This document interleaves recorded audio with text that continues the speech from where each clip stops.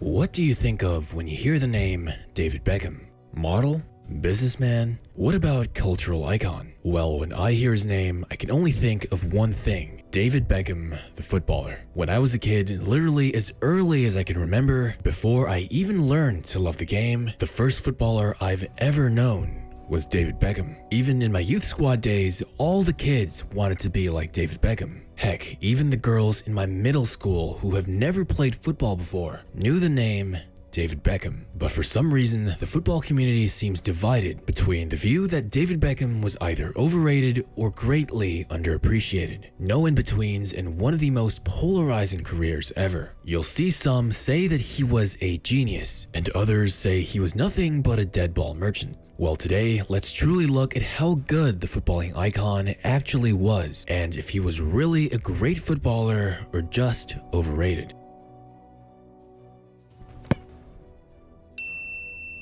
David Beckham has had one of the most interesting careers so far. Probably one of the only players who could have the stages of his career bookmarked by his iconic different hairstyles.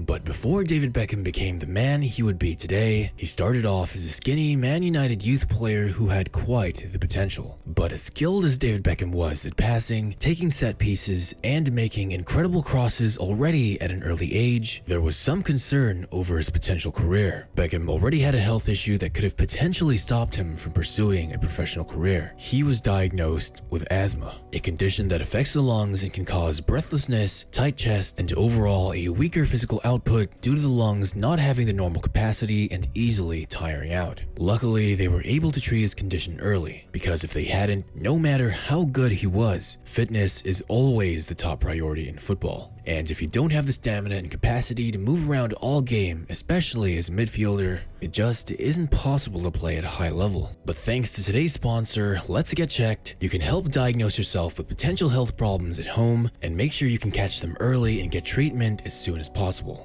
Let's Get Checked makes professional health testing easy by letting you get tested without having to visit a healthcare provider. Simply choose your test online and a testing kit will be delivered to you in discreet packaging in 2 to 5 business days. And once your test samples arrive back in the laboratory, confidential results will be available from your secure online account within 2 to 5 days. These results will then be reviewed by a clinician, and a member of Let's Get Checked's nursing team may call you to review your results. Let's Get Checked lets you avoid uncomfortable doctor's office visits by providing you with access to home testing and professional medical consultations without ever having to leave your home. It's never been this simple to get tested. So if you want to take care of your health and get tested at home, visit trylgc.com/RaymarFootball or use my promo code RAYMAR to get 30% off your test. So make sure that you're up to date with your health with Let's Get Checked. Thanks to Let's Get Checked for sponsoring this video. Many people seem to forget just how big David Beckham was in his days, but even fewer realize just how well known he already was as a kid. Beckham was a footballing prodigy in every sense of the word. He made highlights early in his life as one of the best footballing prospects England has ever had, played an English legend and former Ballon d'Or winner Bobby Charlton's youth camp, was trained in Tottenham's early youth programs, and was even named England's Under-15 Player of the Year in 1990. He was notoriously scolded by his youth coaches and other training staff for doing what was back then seen as flashy and completely unnecessary long balls and crosses. But despite the discipline his coaches and even some teammates continued to give him, he never once stopped. But the flair and genius was always there, and his ability to precisely play the ball with such vision, despite being reckless, surprised everyone who watched him. If you watched a small and skinny middle schooler make such long-distance crosses with precision, you'd think, how in the hell can such a small kid kick the ball that far with that accuracy? He had so much potential that although he lived 200 miles away from Manchester, he was already constantly in the radar of Sir Alex Ferguson himself. So much so that immediately when he became old enough at the age of 14, Sir Alex Ferguson didn't waste a single second in signing him with Man United's youth squad right away. The legendary manager was truly fond of Beckham, placing him into the men's team at just 17 years old, and even giving him a debut in Man United's Champions League run the very same season, where he scored and assisted in 2 goals in a win over Galatasaray. And many of you think that it's almost comical how English players are hyped up in today's footballing market, but going way back, it was David Beckham that started it all. The only difference was Beckham lived up to the hype.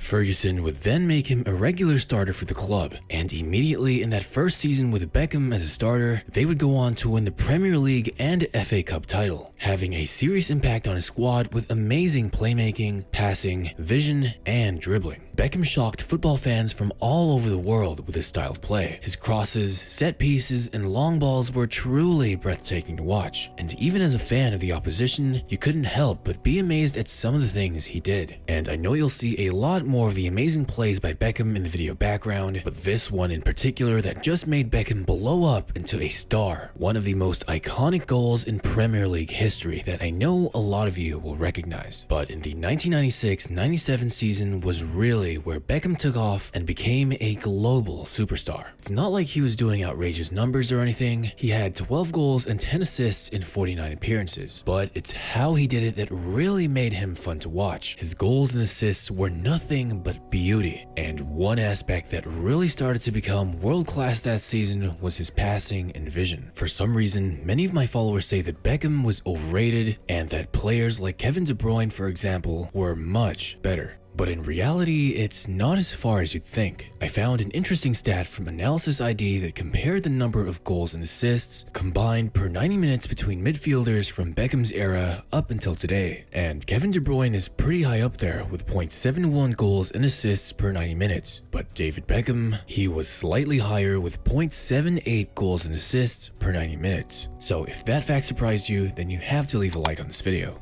By far, the peak of Beckham's career was in the 1998-99 season. In the Premier League, Arsenal and Man United were neck and neck for the #1 spot at the table, all the way up until the very end of the season. Man United had to win their final match against Tottenham to win the Premier League title. And another part about Beckham was that he was clutch. In the final match of the season, he scored an equalizing goal while United was down 1-0 and played beautifully to help the club go on to win the match 2-1, becoming Premier League champions by a single point. Then for the Champions League title against Bayern Munich, with some of United's best players like Paul Scholes and Roy Keane suspended for the match, Man United were down 1-0 until Beckham's two perfectly placed assists from the corner that would help Man United win the Champions League title. This season would also see them win the FA Cup to complete Manchester United's iconic treble, resulting in David Beckham finishing second in Ballon d'Or voting behind Rivaldo and above Andriy Shevchenko, finishing the season with 9 goals and 19 assists in 55 appearances. Easily, Beckham's most dominant year was in the 2000-2001 season, where he scored 16 goals and had 7 assists in 43 appearances, while winning the Premier League title and being placed into the UEFA Team of the Year. So Beckham is without a doubt a Premier League legend. In just under a decade, he's won 6 Premier League titles, 2 FA Cups, 2 Charity Shields, 1 Intercontinental Cup, and 1 Champions League title, while also leading the Premier League in assists for 3 seasons and being included in 4 PFA Team of the Years. Thierry Henry, arguably the greatest Premier League player of all time, has praised Beckham, saying, "Above all, to score when the team is in need. Beckham could always achieve results when it's in an emergency." And indeed, Beckham has had very clutch moments in his career. I already talked about the 1998-1999 season, but also in the 2002 World Cup qualifiers, England needed a win against Greece to secure a spot in the tournament. And of course, it was no other than David Beckham from 30 yards out, who scored a beautiful free kick to secure England's qualification. So personally, if you ask me between a prime David Beckham and Kevin De Bruyne, I would choose Beckham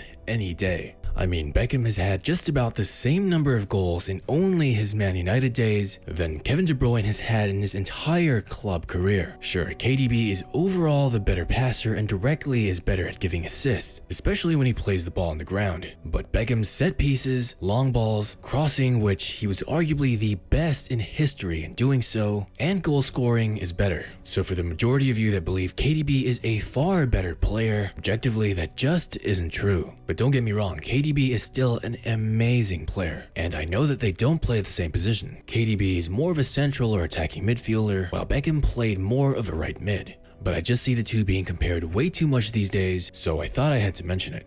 You also have to consider the fact that during Beckham's time, there was a lot more talent going around for each club. There were a handful of all-time greats in every league and in many different clubs during this era.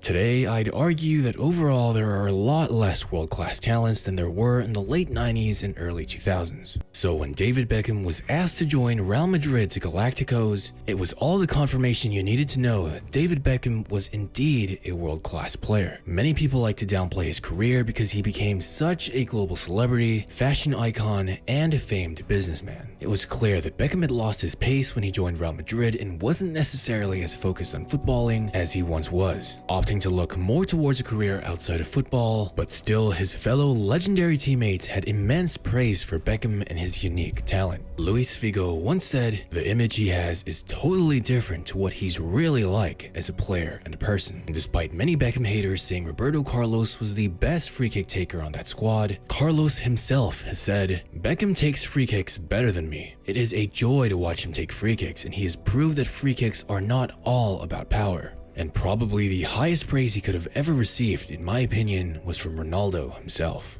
Beckham is one of the best of all time in the center. The way he touched the ball, the way he could put the ball wherever he wanted, and without looking at me, the ball would come. I should thank him for the many balls he gave me. And funnily enough, Ronaldo has also said that he and the Brazil national squad would say that if there were ever any English players who could play for Brazil, it would have been Beckham. And another thing that people don't quite realize is that Beckham had incredible dribbling as well. He was never the primary focus of the attack, or quite as ball dominant as other legends, but the man had a very smooth touch and could attack or push the ball all by himself if needed. It's another aspect of his career that many seem to have forgotten. His overall game was quite complete, and there was nothing that you could really say that Beckham lacked as a footballer, especially for his position. And since many of you love the quotes from Zlatan Ibrahimovic, I just thought I'd drop this final one that he said about Beckham himself. The person who has negative things to say is either jealous or hates Beckham, because there are no negative things to say about him. Overall, I think Beckham is quite possibly the best set-piece taker and crosser in history, and was truly a great footballer in his prime. Although his best years didn't last too long and his career was shortened by injuries, Beckham is one of the most legendary midfielders of all time. Many people like to say he's overrated, but objectively, because of all the negative views surrounding Beckham today, I dare say he was actually underrated for how good he was. I feel like his career outside of football and lack of passion for the game towards the end of his career, especially moving to the MLS to open up new career opportunities after football, really altered the image of the once world-class midfielder for many. But it remains a fact that Beckham's global superstardom led to millions of new football fans, including myself. I even remember the old FIFA games where Beckham was on the cover. So even if you hate him, his impact on the game is one of the biggest of all time, and for that, he will forever be a legend. But that's all for me today, guys. What do you think about Beckham? Was he overrated or is he a legend? And do many of you think that players like Kevin De Bruyne are still quote-unquote so clear? Let me know in the comments below. I'm really curious to see what everyone thinks on this topic. But if you enjoyed the video, please leave a like as it really helps the channel out and is the best way to support to keep making videos like this. Lastly, subscribe to watch more weekly videos like this. I love all of you guys and appreciate all your support. And I'll see you in the next one.